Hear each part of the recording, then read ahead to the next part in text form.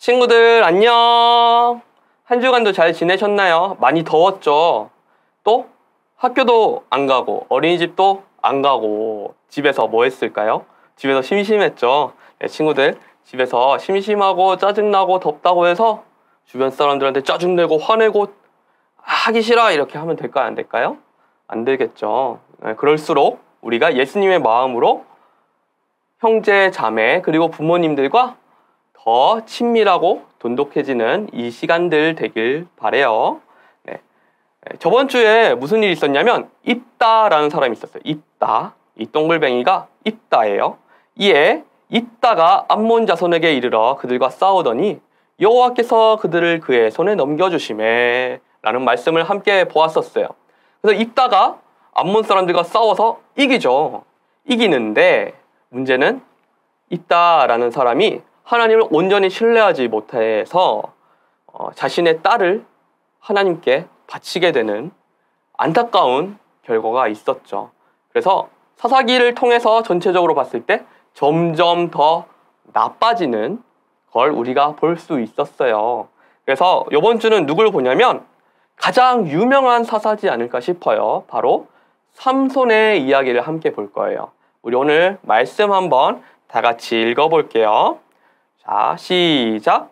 그의 부모는 이것이 여호와께서 계획하신 일인 줄을 알지 못하였다.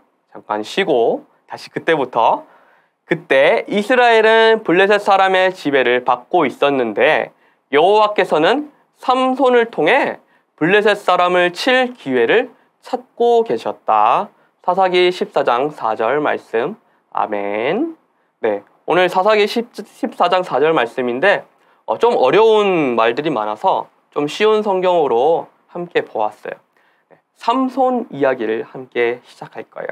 자, 삼손이 태어나기 전에 어떤 일이 있었냐면 사사기 13장 1절 말씀인데요. 이스라엘 자손이 여호와의 목전에 악을 행했대요. 그러니까 입다가 암몬 자손에게 승리하고 나서 잠깐의 평화가 있었죠. 그러고 나서 다른 사사가 있었지만 잠깐의 평화였을 뿐 그 잠시 잠깐의 평화를 누린 이스라엘 백성들은 다시 하나님이 아니라 다른 우상들을 섬겼어요. 그래서 하나님의 목전, 그러니까 눈앞에서 악을 행하였으므로 하나님께서 그들을 몇 년?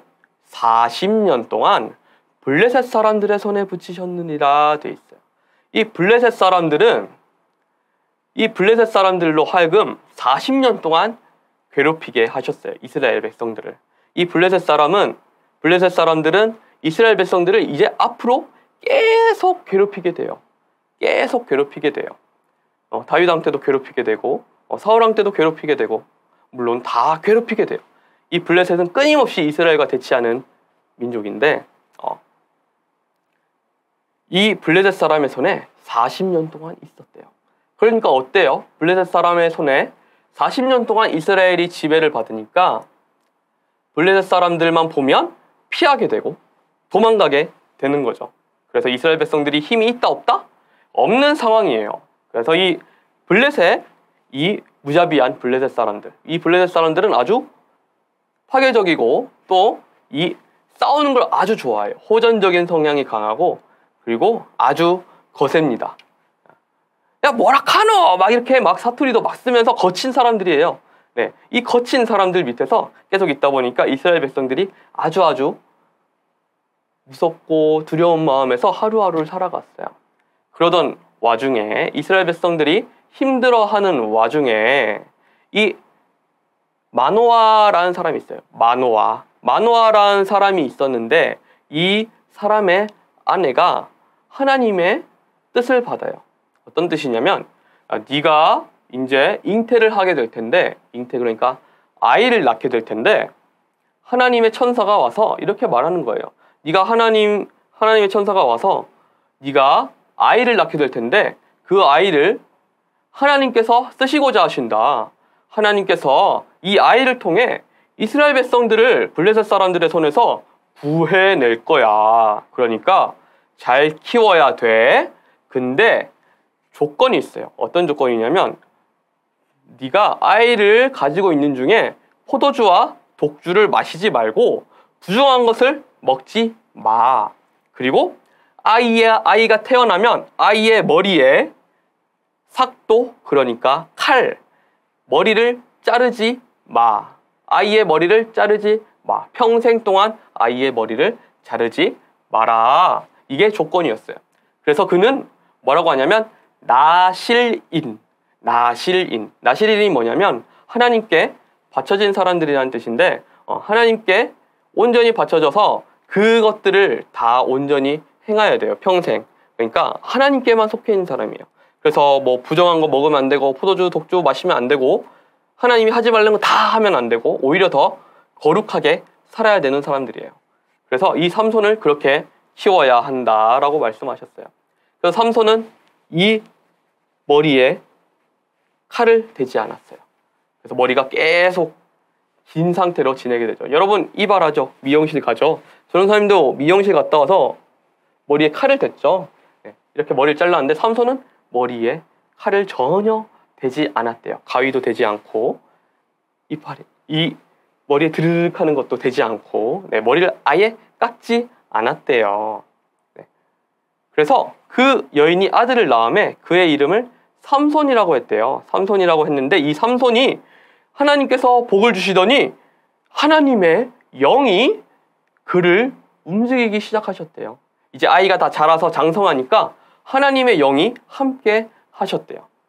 그런데 이 삼손이란 사람이 하나님의 영이 함께 하는데 이제 앞으로 어떻게 했냐면 하나님의 영이 임하더라 라고 한 말씀 바로 다음에 뭐가 나오냐면 이 삼손이 뜬금없이 저는 블레셋 사람의 딸과 결혼하고 싶습니다 라고 하는 거예요. 아주 청천벽력 같은 소리죠. 자, 이제 상황을 다시 정리할게요. 블레셋 사람이 이스라엘을 40년 동안 지배하고 있었어요. 이 40년 동안 지배하고 있었는데 하나님께서 이스라엘 백성들을 구하실 그 사람을 정하셨어요. 그게 바로 삼손이었어요. 이 삼손이 힘이 세지고 다 잘하고 하나님의 영이 임했는데 이제 뭘 해야 돼요? 블레셋 사람들을 물리쳐야겠죠. 근데 삼손이 뭐라고 해요? 블레셋 사람과 결혼하겠습니다 라고 했어요. 삼손은 블레셋 사람과 싸울 마음이 있을까요? 없을까요? 없어요. 오히려 친하게 지내고 싶어 하는 것 같아요. 그래서 블레셋 사람의 딸과 결혼하겠습니다 라고 했어요. 당시 이스라엘 백성들은 블레셋 타 민족들과 결혼하는 게 좋은 일이에요? 나쁜 일이에요? 하나님께서 하라고 하신 일일까요? 아닐까요? 하라고 하지 않으셨어요. 하지 말라고 하셨어요. 이방인들과 결혼하지 마, 교류도 하지 마라고 하셨어요. 그래서 전부 다 가나안 정복할 때 모두 다 없애라고 한 거잖아요. 근데 이스라엘 백성들이 다 없애지 못했죠. 그래서 이방 민족들과 같이 옆에서 살게 됐어요. 그것 때문에 이 삼손도 옆에 있으니까 이 블레셋 사람의 딸이 예쁘게 보인 거예요. 그래서 그 예쁜 사람과 결혼하게 해주십시오 했어요. 아버지 어머니가 반대를 했지만 이 삼손은 계속해서 그 블레셋 사람과 결혼하길 원해서 날마다 찾아갔어요. 그 찾아가는 도중에 사자를 만났는데 사자가 하였지만 삼손이 그때 하나님께서 힘을 주셔서 삼손이 사자의 입을 찢어버렸어요. 그 정도로 힘이 셌어요. 이 사자의 입을 찢었으니까 사자가 죽었겠어요? 살았겠어요? 죽었어요. 삼손이 사자를 이겼어요. 사자는 아무 힘도 못 쓰고 깨갱 하면서 삼손의 손에 죽임을 당했죠. 그리고 나서 그 다음에 지나가는데 그 다음에 왔다 갔다 할 거 아니에요? 이 사자의 죽은 것이 그대로 있는 거예요. 근데 거기에 꿀이 자라고 있는 거예요. 꿀. 그러니까 벌들이 거기서 꿀을 만들어내고 있어요. 벌집을 지은 거죠. 거기서 꿀이 나니까 삼손이 되게 신기한 걸 본 거죠. 삼손만이 본 신기한 거.